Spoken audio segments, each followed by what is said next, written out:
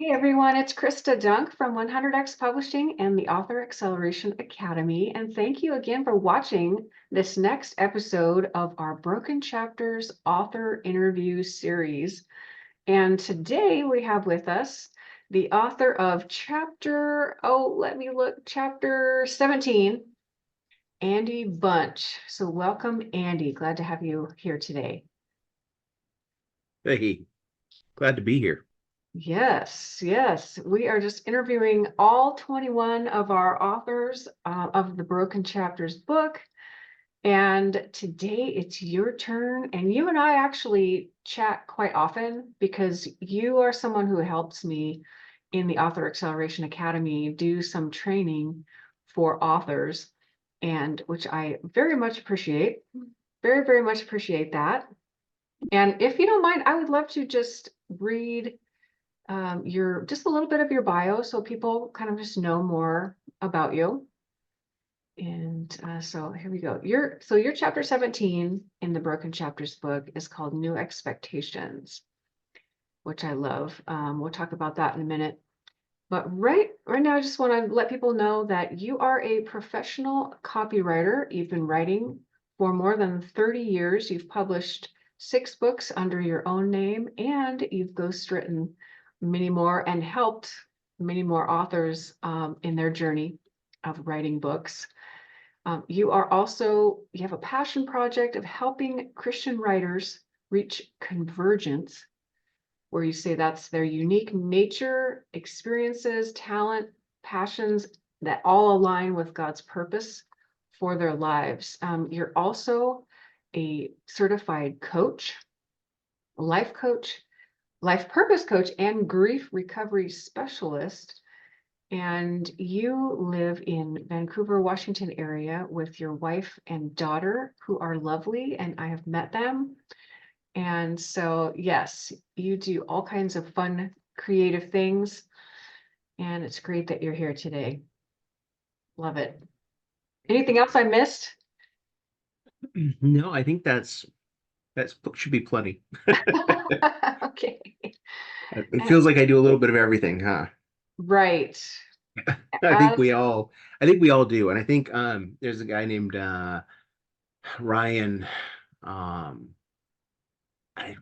his name's gonna escape me, but he is the first person to come up with uh putting an offer out to help people who are this slash that. He's like, whether you start as an author and then slash speaker, or whatever, or I teach online courses and self-help, but then I had to write a book, but then I went on a talking tour about it, but then, and then ultimately you become an influencer, except most of us hate that title influencer, but it's kind of the umbrella you might put over everything, but it doesn't sit well with a lot of us because I have no intention of ever photographing what I'm eating and putting it online as if someone should care.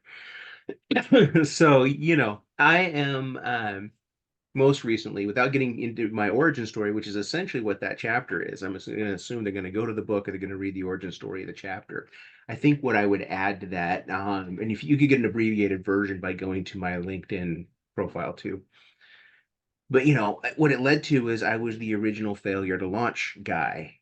Spent 10 years in college, couldn't keep a job or a girlfriend. Everything was weird and difficult, and had lots of well-meaning people give me tons of advice that tips and techniques, and it was always missing a central single strategy or theory that explained it all. I couldn't, it was like I had bits and pieces but there was something missing in the middle, And so there's that story out of India where a bunch of blind people are brought up to an elephant so that they can feel it and they can describe and know what an elephant is and what it looks like. And the one, in the back grabs a tail and says, well, an elephant's like a rope. And if somebody walks up and hugs a leg and says an elephant's like a tree trunk, somebody else is feeling an ear and they're like, no, no, it's like a blanket. You're all wrong. And so I think we do that with our purpose, right? With our life purpose. We have all these bits and pieces, and it's just there's this invisible elephant in the room that we need before it all can make sense and begin to come together and gel. We need a bigger picture of it, right? So after 50 years of doggedly pursuing the question. I know what the elephant is.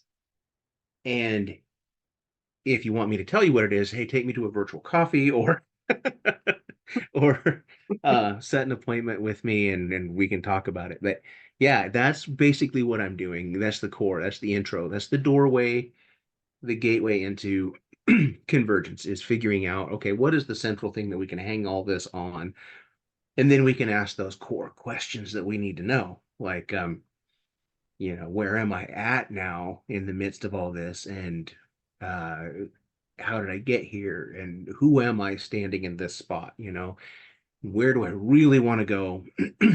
And how do I think I might get there realistically? And how can I keep that flexible enough of a plan that it can change as I get better clarity. So, walking through that with people is exciting and fun. I like to specialize in creatives and entrepreneurs and people who approach life from a creative standpoint. I think our society is struggling to appreciate creatives, the entire right brain side of things. We love and practically worship it in one sense, but then at the lower levels, at the intro levels, um, the society distances itself from it. There's a you get reality checked. And I talk about that in the book a little bit in broken chapters, but people love to reality check you. If you are going to be a model or an actor or a painter or a sculptor or a writer or any Musician. sort of creative thing, yeah, people are like, well, you can't make a living at that. You'll they say you'll die alone. You can't support a family. You will get famous because you're talented, but only after you die. I mean, just all these crazy like curses they pronounce over you, and and there is now a counter movement. I'm seeing artists who have learned how to make a living at it, who are turning around immediately and saying, okay, no more starving artists.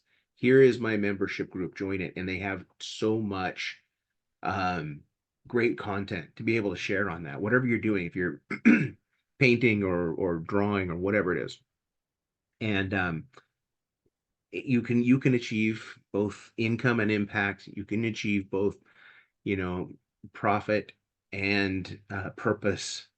That's the goal that we're looking for. We don't have to. The success plan that my parents gave to me as a result of things was find something that you don't hate doing, do it really well for 30, 35 years. And then when you retire, you're going to have all this time and your needs will be taken care of and you can write.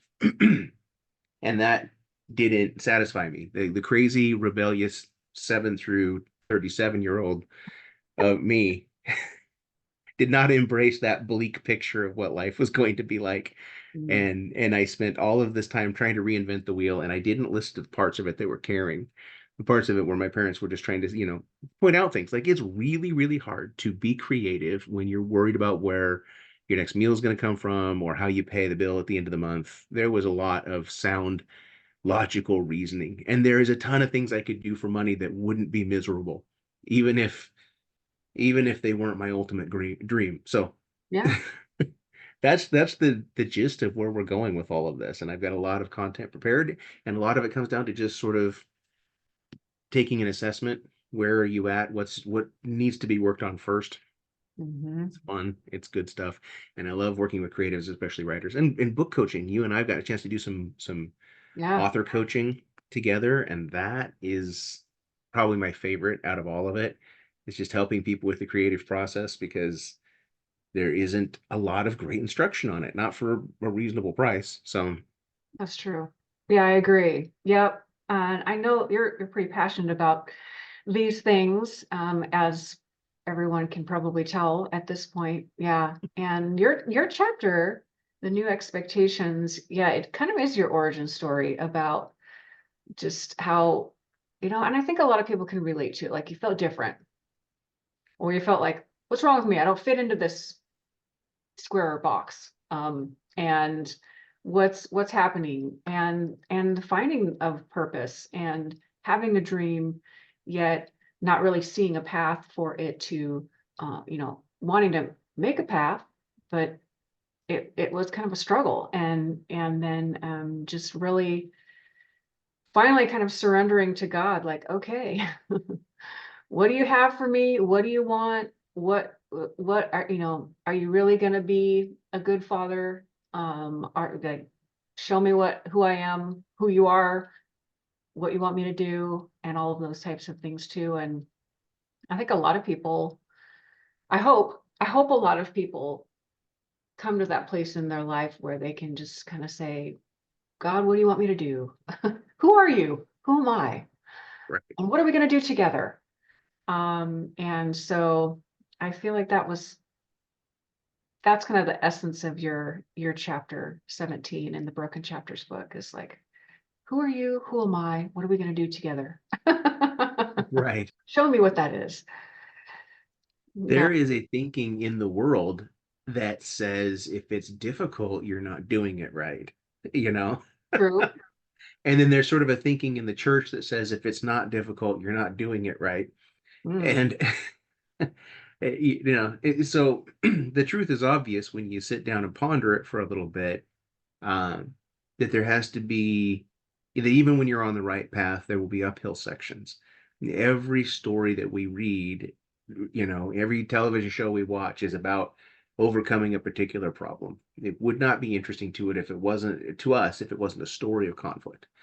And that's because sometimes you're on the right path and it's just hard. yeah. And sometimes it's hard because you're not on the right path. And gaining that wisdom, getting outside perspective and feedback, that's what we need. We find a mentor, we find a team, we grow and become capable of doing more. There's lots of answers. There's no one single definition, no one single answer, but we do have to resist the temptation of the world, which really is that if it's hard, that God's given up on me, or I'm doing something completely wrong. And those things are just fallacies, for the most part. Yeah. Um, That's so true. that Path we is need hard, and am I life supposed is to be hard. here, or is it hard because I'm not supposed to be here? That's a difficult question to answer sometimes. Really difficult question. Yeah. Mm, My mm. buddy John always says that change is, he's probably quoting someone, but change is hard. Change is difficult. And that's if you want to. And, and most of us won't change unless there's something we're afraid it will become painful, or we have a realistic belief that it could become better and perfect and great. Or we have to. We're forced to Right. change. Yeah, sometimes it's thrust upon us. And so yeah, learning tools and processes for dealing with change is a big aspect of gaining success, gaining momentum towards our goals. Um, yeah. Yeah, I love it. So Well, I don't know if you want to keep talking a little bit more about this, and we have a few more minutes, and then at the end, I do want to have you let people know how they can connect with you if maybe they do want coaching, or maybe they want to know more about your books or those things. But before that, what do you want to talk about? Anything else, or keep talking about purpose and paths and no, you can ask me questions or we can move on. It's up to you. I could rant all day about this, so you just have to cut me off. yeah. Well, okay. So what would you tell to the person who's listening right now and they're thinking, okay, yeah, is there one key about trying to figure out if you are on the right path? Like maybe the path is easy, maybe it's hard, but how do you know for sure if you're on the right path? Like what's one thing that you typically would talk with someone about to determine if they are on the right path, whether I mean, I think you could be on the wrong path and it's easy, honestly, at times, Right. or you could Right. be on the wrong path and it's hard, and the right path and it's easy or the right path and it's hard. So do you have one tip for people in that situation? Yeah. The first thing we have to keep in mind is authenticity.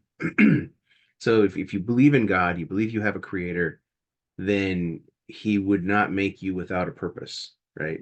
I mean, nothing is ever intentionally made without a reason for making it. And there can be layer upon layer upon layer of reason why. You could say, well, God just made me so that I have someone to hang out with. So he has someone to hang out with and talk to and stuff. Well, there's lots of other beings he could be hanging out and talking to.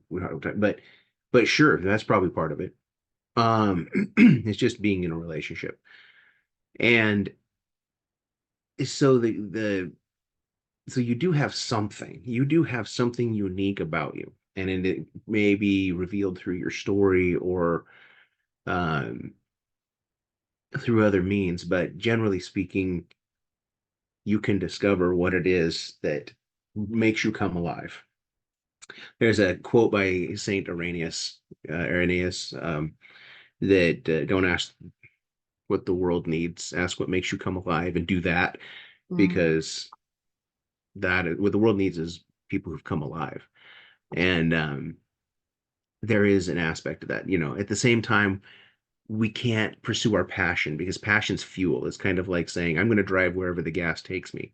We all know the gas is probably has the least influence on where you're going. It true. doesn't steer, it doesn't guide, it doesn't paint a picture, it doesn't, it's simply the thing that comes on board and makes us exciting to get up every day and do the stuff that we need to do to get where we're going. It's fuel. But so we can't follow our passion, even though we do need to discover authentically who we are. The key tool in all of this, the one key piece of advice, is learning to hear God's voice for yourself. Mm, Learning how to hear, and how you hear uniquely. There's a connection place. There is a piece of God's character that resonates in you. And when you need to hear from God, you can identify, what is it? Is it goodness? Is it patience? Is it kindness? What is it that you always just can go there and sit for a bit, and then you're connected and you can start hearing. So